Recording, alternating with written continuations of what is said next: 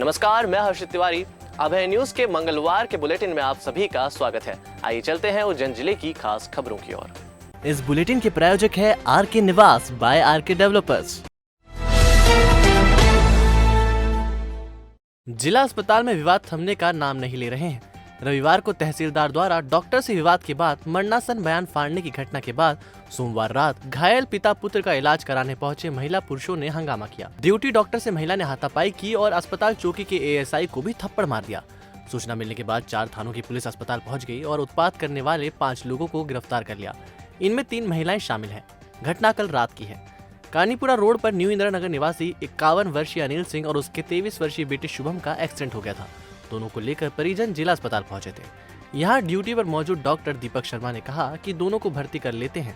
इस पर घायल अनिल की पत्नी किरण ने कहा कि आप प्राथमिक उपचार कर दो, हम अन्य जगह ले जाएंगे, भर्ती नहीं करना है। डॉक्टर ने कहा कि फिर आपको पर्चा जमा कराना होगा। महिला ने डॉक्टर के हाथ से पर्चा छीन लिया। इसी के बाद हाथापाई की नौबत आ गई। डॉक्टर से महिला पुरुष झूमा झटकी करने लगे तो अन्य कर्मचारी पुलिस चौकी से एएसआई नारायण पाल को बुलाकर लाए। पाल सादे कपड़े में थे। उन्होंने विवाद कर रहे महिला पुरुषों को रोका तो महिला ने उन्हें भी थप्पड़ मार दिया। इसके बाद वायरलेस सेट पर पाल ने कंट्रोल रूम को सूचित किया और बल बुलवा लिया। कुछ ही देर में कोतवाली सीएसपी पल्लवी शुक्ला समेत कोतवाली टीआई शंकर सिंह चौहान, महाकाल थाना टीआई अरविंद तोमर और अन्य थानों का बल पहुंच गया। मौके से 3 महिला समेत 5 लोगों को गिरफ्तार कर उनके खिलाफ शासकीय कार्य में बाधा समेत अन्य धाराओं में केस दर्ज किया गया है। कोतवाली पुलिस ने बताया कि अस्पताल में लगे कैमरों के सीसीटीवी फुटेज भी चेक किए जाएंगे। देवास कलेक्टर चंद्रमौली शुक्ला के हठधर्मितापूर्ण रवैये से सोमवार को हिंदू जागरण मंच के कार्यकर्ताओं में आक्रोश फैल गया। मंच के कार्यकर्ता शाम 4 बजे कलेक्टर को ज्ञापन सौंपने गए थे। हिंदू जागरण मंच के कार्यकर्ता शहर के एमजी रोड स्थित श्री खेड़ापति मंदिर पर एकत्रित होकर ज्ञापन देने गए थे, लेकिन कलेक्टर कार्यालय से अनुपस्थित थे। मंच से पहले कहा गया कि कलेक्टर औद्योगिक क्षेत्र में गए हुए हैं। इसके बाद कहा गया कि वे नगर निगम कार्यालय में बैठक लेने गए हैं, जिस पर कार्यकर्ताओं में आक्रोश फैल गया और कार्यालय परिसर में ही घेराव कर बैठ गए। करीब 2 घंटे तक भजन कीर्तन एवं हनुमान चालीसा का पाठ करते रहे। इसके बाद भी कलेक्टर नहीं आए। कार्यकर्ताओं में बढ़ते आक्रोश एवं एबी रोड पर चक्का जाम करने की जिद करने पर मंच के जिला अध्यक्ष माखन सिंह राजपूत सहित वरिष्ठ पदाधिकारियों द्वारा कलेक्टर की हठधर्मिता एवं हिंदू विरोधी रवैये पर निंदा प्रस्ताव पारित करते हुए उनकी नेम प्लेट पर ज्ञापन चस्पा कर दिया गया। दरअसल विगत दिवस विदिशा के लटेरी ग्राम में वाल्मीकि समाज के संतराम धूलपुरिया की मुस्लिम समाज के विधर्मियों द्वारा ट्रैक्टर से कुचलकर निर्मम हत्या कर दी थी। इसी प्रकार धन प्रसाद अहिरवार की भी मुस्लिम विधर्मियों द्वारा पूर्व में हत्या कर दी गई थी। इसके अलावा जय भीम जय मीम के नारे लगाते हुए दलितों को बरगलाकर हिंदू समाज को बांटने का कुत्सित प्रयास किया जा रहा है। प्रदेश भर में मज़ारों, मदरासों, मस्जिदों, कब्रिस्तानों के नाम पर सरकारी जमीनों पर कब्जा किया जा रहा है। जिला एवं स्थानीय प्रशासन द्वारा इस पर कोई कार्यवाही नहीं की जा रही है। संतराम धूलपुरिया वाल्मीकि के हत्यारों को फांसी दिए जाने सहित इन तमाम विषयों को लेकर हिंदू जागरण मंच द्वारा सोमवार को प्रांत भर में जिला मुख्यालयों पर कलेक्टर एवं तहसील स्तर पर एसडीएम के माध्यम से मुख्यमंत्री को ज्ञापन भेजने का आह्वान किया गया था। प्रांत व्यापी आह्वान के अंतर्गत देवास में भी मंच के कार्यकर्ताओं द्वारा ज्ञापन सौंपा जाना था। कलेक्टर से समय भी लिया गया था।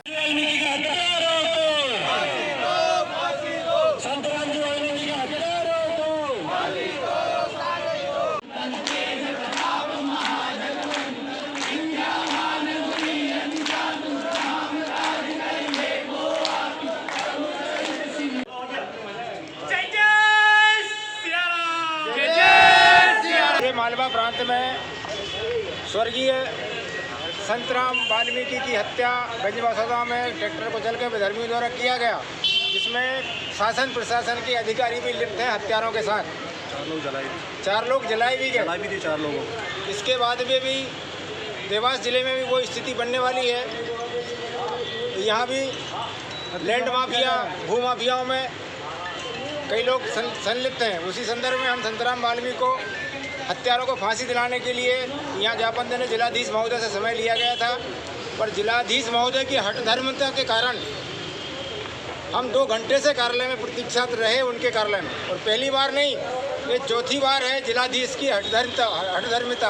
आखिर में हमने चंद्रमौली जो शुक्ला जिलाधीश महोदय उनकी नेम प्लेट के सामने हमने ज्ञापन का चस्पा कर दिया है और हम अपने गंतव्य स्थान के लिए चला जा रहे हैं।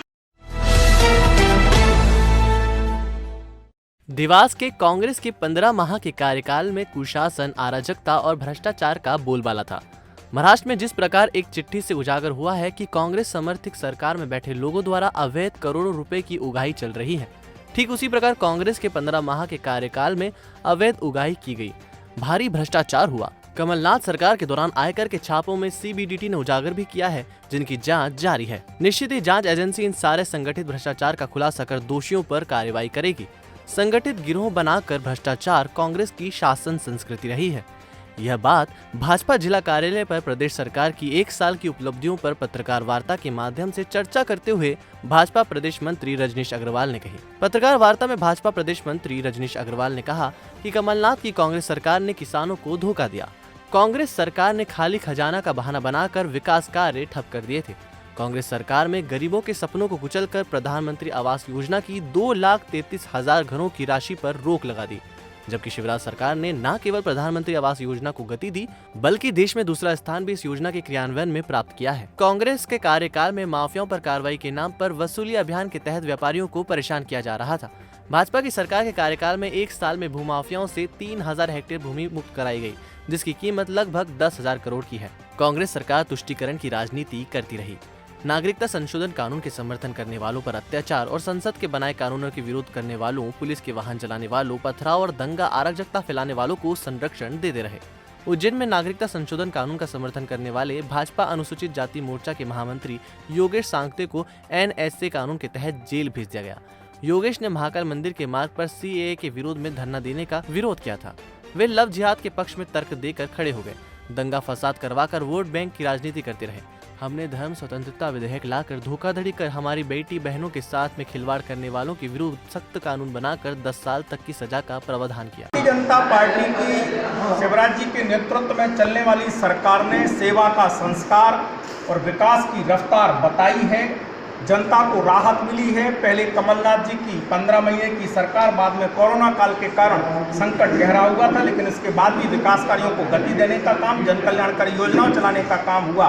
वर्तमान में महाराष्ट्र की एक चिट्ठी जिस प्रकार से चर्चा में है कि किस प्रकार सत्ता में बैठे लोग अवैध उगाही करोड़ों रुपए की करते हैं, ठीक वैसे ही उगाही करने का काम मध्य प्रदेश की कमलनाथ सरकार में होता था, जो कि आयकर के छापों में उजागर भी हुआ। मुझे लगता है कि सीबीडीटी ने जो मामला उजागर किया था करोड़ों उगाही का, वो आने वाले समय में परिणाम की ओर पहुंचेगा और दोषियों पर कार्रवाई होगी। और इसी प्रकार की प्रवृत्ति कांग्रेस की रही है। वर्तमान की भाजपा की सरकार अपना 1 साल पूरा करते हुए विकास की तरफ, सेवा की तरफ लगातार तेजी से बढ़ रही है। कायथा थाना पुलिस ने चोरी की गई पिकअप को बरामद कर लिया है। कायथा थाना प्रभारी प्रदीप सिंह राजपूत ने बताया कि दिनांक 19 मार्च को कानीपुरा रोड स्थित पेट्रोल पंप पर फरियादी विनोद पिता रमेश चंद्र मालवी निवासी भूखी माता की पिकअप क्रमांक MP 13GA 5821 को रात्रि में कोई अज्ञात चोर चुरा कर ले गया था, जिसके चलते चारों तरफ से घेराबंदी कर आरोपी की तलाश की जा रही थी। CCTV की मदद से ग्राम भाट खेड़ी से पिकअप बरामद करने में सफलता प्राप्त की। तराना में डॉक्टर प्रकाश आनंद भारती मंदिर की जमीन के लिए कई दिनों से संघर्ष कर रहे थे, जिस पर दबंगों ने कब्जा कर रखा था। प्रशासनिक अमले के सहयोग से उक्त जमीन को मुक्त कराकर मंदिर प्रशासन द्वारा मंदिर समिति को सौंपा गया था, जिसे लेकर डॉक्टर प्रकाश आनंद भारती ने प्रशासनिक अधिकारियों को साफा एवं श्रीफल शॉल भेंट कर सम्मानित किया। इसके साथ ही पत्रकारों को भी एकत्रित कर उन्हें भी सम्मानित किया गया। इस अवसर पर तराना SDM एकता जायसवाल, तराना तहसीलदार DK वर्मा और तराना थाना प्रभारी संजय मंडोई द्वारा सर्वप्रथम बाबा तिलभांडेश्वर की पूजा अर्चना की गई। इसके बाद प्रशासनिक अमले का सम्मान एवं पत्रकारों के सम्मान के बाद साहभोज का आयोजन भी किया गया, जिसमें सभी ने एक साथ बैठकर भोजन प्रसादी का लाभ लिया।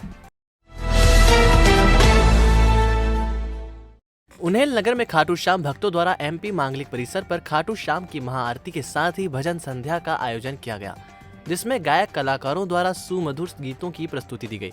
इस दौरान वहां मौजूद भक्तों ने गीतों पर झूमकर फाग उत्सव भी मनाया। बता दें कि होली त्योहार के चलते श्री कृष्ण मंदिरों में फाग उत्सवों का आयोजन किया जा रहा है। इसके साथ ही बाबा खाटू श्याम के मंदिरों में भी धूम मची हुई है।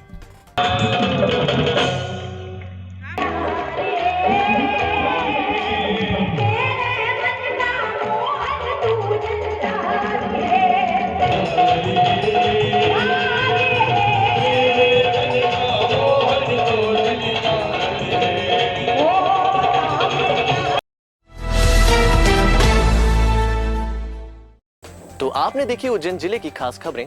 आपको हमारा बुलेटिन कैसा लगा, इसका फीडबैक कमेंट सेक्शन में जरूर दीजिएगा। कल फिर मिलेंगे नए बुलेटिन के साथ। नमस्कार।